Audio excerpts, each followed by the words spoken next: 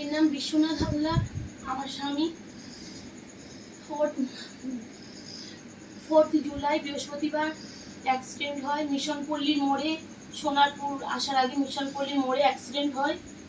তারপরে ও কোমায় ছিল, ও 6 দিন পিয়ালেসে ভর্তি ছিল। তারপরে আমরা ইস্পাতে 20 দিন রেখেছিলাম।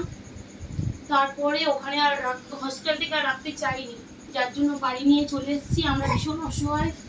এই 9 মাসের শিশু, আমার ছেলে আর ওই 6 বছরের মেয়ে, আমার শাশুড়ি মা।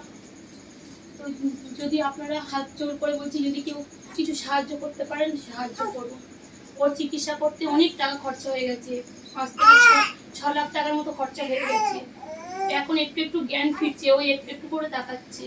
সারাদিন ঘুমের মধ্যে থাকে, ওই একটু করে তাকায়। তো ওই চিকিৎসা করতে গেলে অনেক টাকার প্রয়োজন। প্লিজ কেউ হেল্প করুন, প্লিজ হেল্প